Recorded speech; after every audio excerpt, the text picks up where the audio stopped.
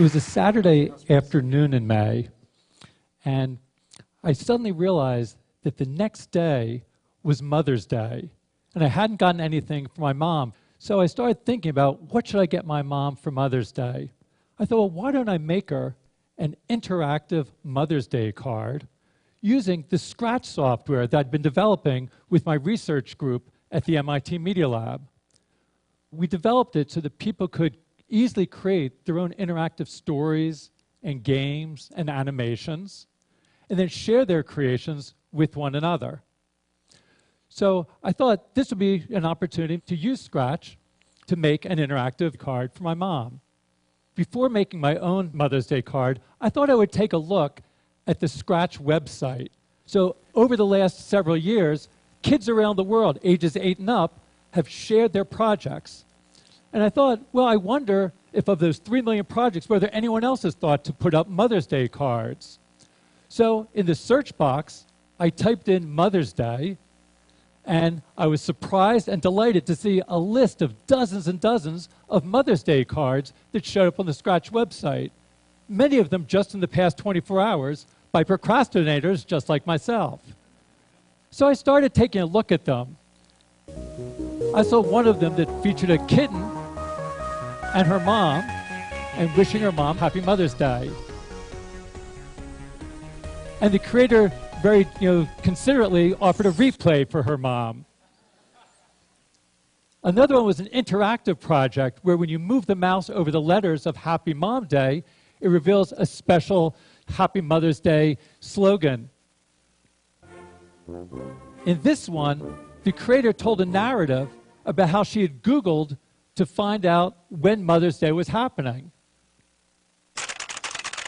And then once she found out when Mother's Day was happening, she delivered a special Mother's Day greeting of how much she loved her mom.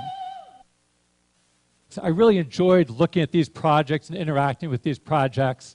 In fact, I liked it so much that instead of making my own project, I sent my mom links to about a dozen of these projects. And actually, she reacted exactly the way that I hoped that she would. She wrote back to me and she said, "I'm so proud to have a son that created the software that allowed these kids to make Mother's Day cards for their mothers." So my mom was happy, and that made me happy. But actually, I was even happier for another reason. I was happy because these kids were using Scratch just in the way that we'd hoped that they would. That as they created their interactive Mother's Day cards, you could see that they were really becoming fluent with new technologies. What do I mean by fluent? I mean that they were able to start expressing themselves and to start expressing their ideas. When you become fluent with language, it means you can write an entry in your journal or tell a joke to someone or write a letter to a friend. And it's similar with new technologies. By creating these interactive Mother's Day cards, these kids were showing that they were really fluent with new technologies. Now, maybe you won't be so surprised by this because, a lot of times people feel that young people today can do all sorts of things with technology. All of us have heard young people referred to as digital natives. But actually, I'm sort of skeptical about this term. I'm not so sure we should be thinking of young people as digital natives. When you really look at it, how is it that young people spend most of their time using new technologies? You often see them in situations like this or like this. And there's no doubt that young people are very comfortable and familiar browsing and chatting and texting and gaming. But that doesn't really make you fluent. So young people today have lots of experience and lots of familiarity with interacting with new technologies, but a lot less so of creating with new technologies and expressing themselves with new technologies. It's almost as if they can read but not write with new technologies. And I'm really interested in seeing how can we help young people become fluent so they can write with new technologies. And that really means that they need to be able to write their own computer programs or code.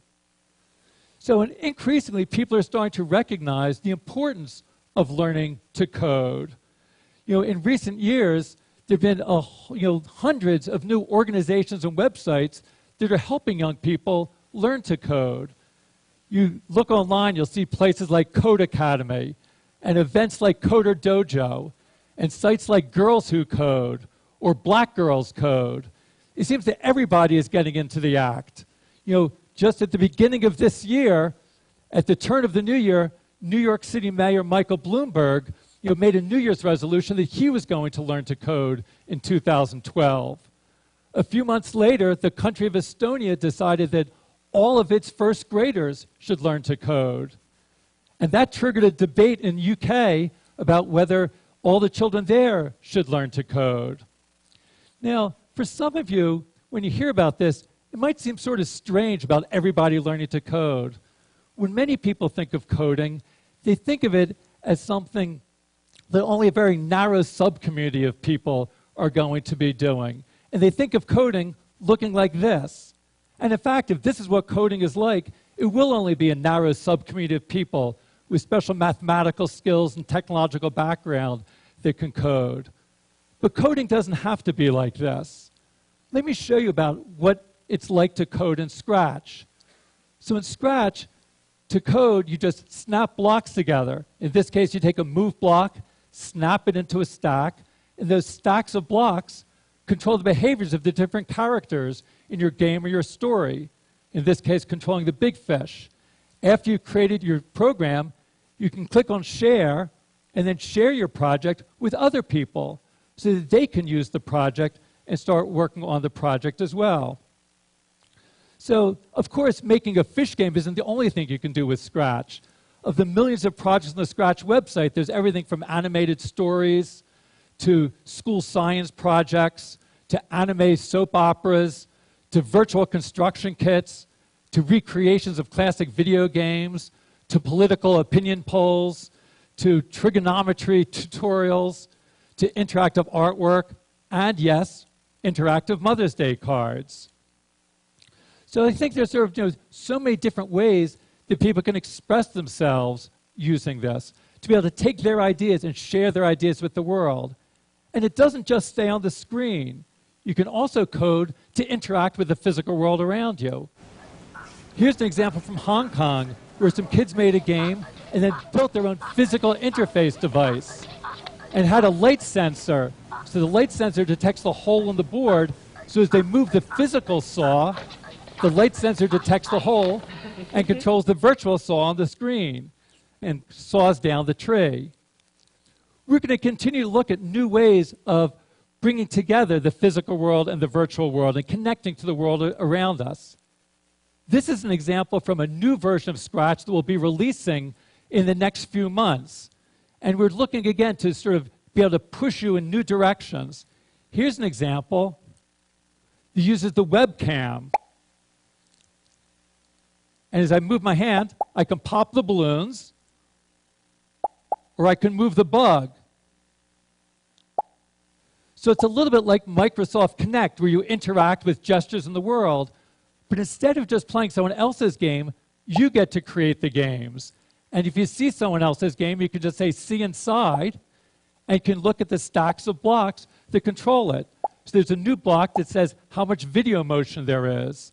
And then if there's so much video motion, it will then tell the balloon to pop. The same way that this uses the camera to get information into Scratch, you can also use the microphone. Here's an example of a project using the microphone. So I'm going to let all of you control this game using your voices.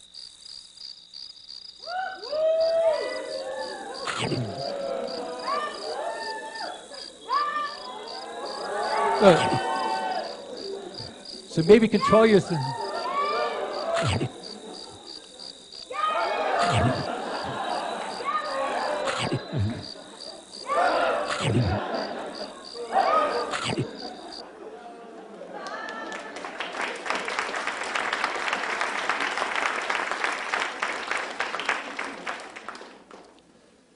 As kids are creating projects like this, they're learning to code, but even more importantly, they're coding to learn. Because as they learn to code, it enables them to learn many other things, opens up many new opportunities for learning. Again, it's useful to make an analogy to reading and writing. When you learn to read and write, it opens up opportunities for you to learn so many other things. When you learn to read, you can then read to learn. And it's the same thing with coding. If you learn to code, you can code to learn. Now, some of the things you can learn are sort of obvious. You learn more about how computers work, but that's just where it starts. When you learn to code, it opens up for you to learn many other things. Let me show you an example. Here's another project, and I saw this when I was visiting one of the computer clubhouses. These are after-school learning centers that we help start that help young people from low-income communities learn to express themselves creatively with new technologies. And when I went to one of the clubhouses a couple of years ago, I saw a 13-year-old boy who was using our Scratch software to create a game somewhat like this one. And he was very happy with his game and proud of his game. But also, he wanted to do more. He wanted to keep score. So this was a game where the big fish eats the little fish. But he wanted to keep score so that each time the big fish eats a little fish, the score would go up and it would keep track. And he didn't know how to do that. So I showed him that in Scratch, you can create something called a variable. I'll call it score. And that creates some new blocks for you. And it also creates a little scoreboard that keeps track of the score. So each time I click on change score, it increments the score. So I showed this to the clubhouse member. Let's call him Victor. And Victor, when he saw that this block would let him increment the score, he knew exactly what to do. He took the block and he put it into the program exactly where the big fish eats the little fish. So then, each time the big fish eats the little fish, it will increment the score, and the score will go up by 1.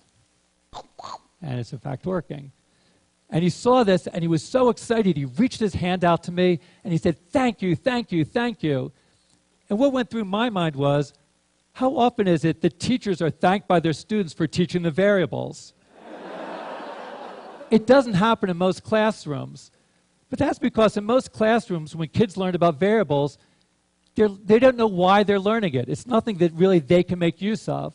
When you learn ideas like this in Scratch, you can learn it in a way that's really meaningful and motivating for you. You can understand the reason for learning variables.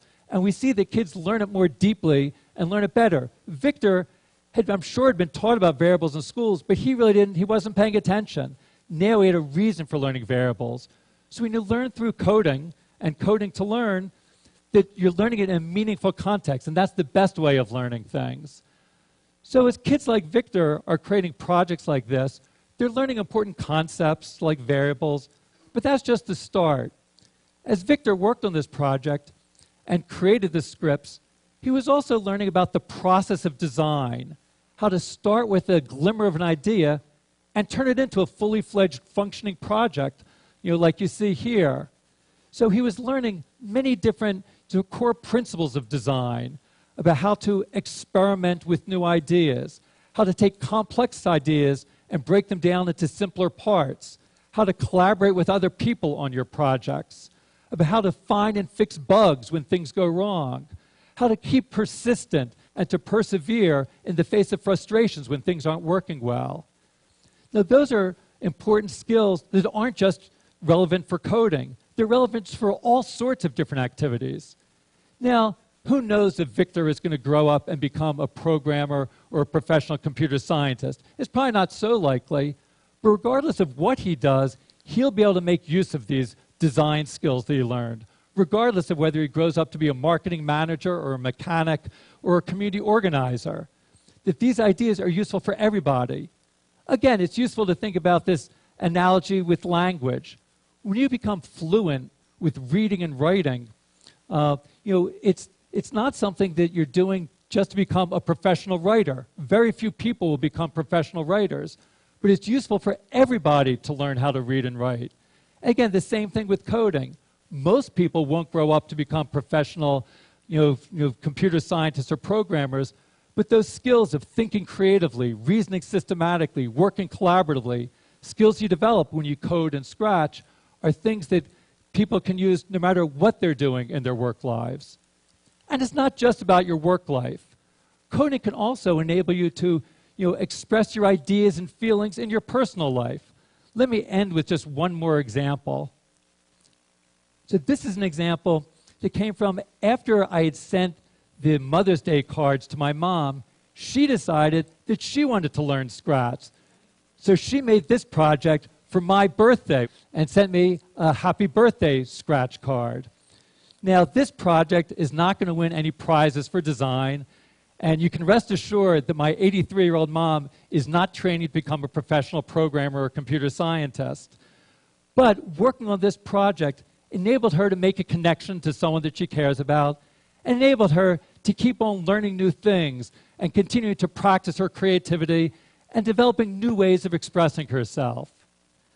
So, as we take a look and we see that Michael Bloomberg is learning to code, all of the children of Estonia learn to code, even my mom has learned to code, don't you think it's about time that you might think about learning to code? If you're interested in giving it a try, I'd encourage you to go to the Scratch website at scratch.mit.edu and give a try at coding. Thanks very much.